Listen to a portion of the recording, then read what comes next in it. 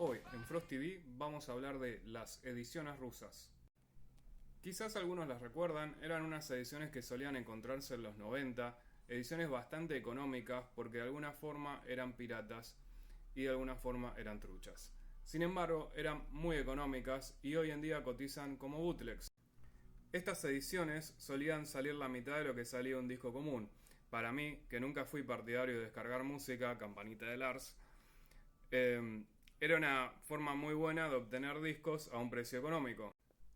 Los booklets eran bastante polémicos, no tenían nada y a veces incluían fotos ni siquiera correspondían a la sesión de fotos del disco. Sin embargo, para un niño noventoso estaban muy buenas para poder completar tu discografía y ese fue mi caso en particular. Iba al Parque Rivadavia y me encontraba con estas y bueno, yo laburaba solo los fines de semana y con mi mesada, llámenle, podía ir comprándome mis discos de Judas Priest. Todo esto vino a raíz de que mi amigo SKL Metal, quien tiene una disquería hace más de 15 años, me trajo unos regalitos. Entonces es ahí donde dije, bueno, vamos a cambiar mis ediciones rusas, las cuales sigo conservando con mucho cariño, por las ediciones remasters. En este caso, vamos a analizar un poquito Write It Down. Write It Down fue un disco de transición de Judas Priest a lo que luego culminaría como el Painkiller. Recordemos que en esa época ya había bandas de metal que sonaban más pesadas y modernas como Pantera, Slayer. Y Judas Priest venía ya de sacar un disco el cual fue polémico, llamado Turbo, todos lo conocemos. Quizás en nuestra generación y en los más jóvenes no tuvo ese impacto cringe que tuvo en quienes vivieron la línea de tiempo en orden, porque bueno, yo recuerdo a mi profesor de guitarra diciéndome cuando salió Turbo nos parecía horrible, claro, porque venían de escuchar Defenders of the Fate, Screaming for Vengeance y te sacan Turbo. Turbo me parece un muy buen disco, un disco mal entendido, pero supongo que ellos habrán tenido la misma sensación que yo tuve cuando Metallica sacó Saint Anger. Las ediciones rusas no contaban con la aprobación ni de la distribuidora, ni del sello, y mucho menos del artista en cuestión.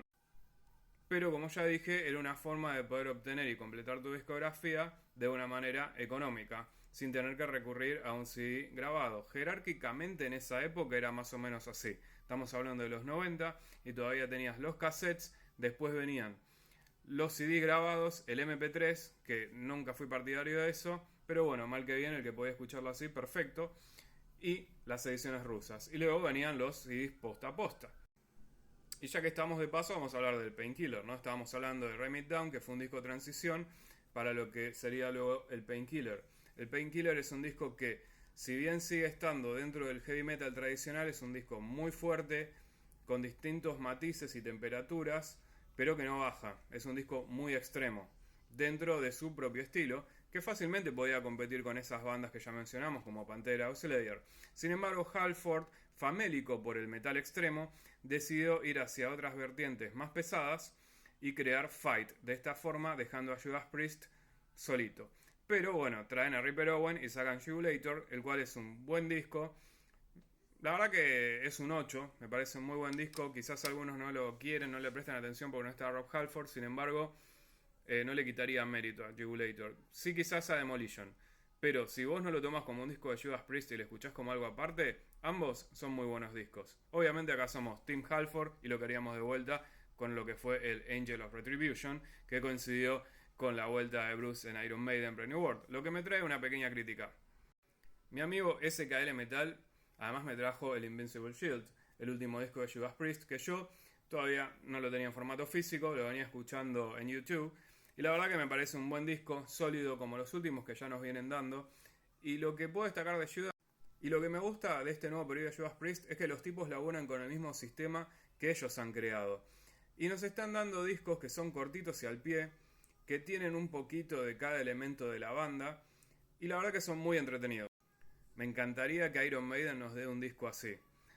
Porque Senjutsu la verdad que lo utilizo para dormir. El Senjutsu es un disco que cuando tengo problemas de insomnio yo lo pongo y duermo increíblemente. Soy un re fan de Maiden, pero la verdad que me encantaría que nos saquen un disco así, como nos tenían acostumbrados en las épocas de oro, donde te daban tipo 7 temas y más o menos duraron un promedio de 4 o 5 minutos y luego culminaban con una obra de arte, una ópera de 8 minutos. Pero bueno, quizás pongo la vara demasiado alta porque los quiero mucho. Así que bueno, chicos, eso fue todo por hoy. ¿Conocían las ediciones rusas? ¿Qué opinan de ellas? ¿Tienen alguna? ¿Alguna anécdota para contar? Bueno, eso fue todo por hoy. Escuchen metal and stay metal.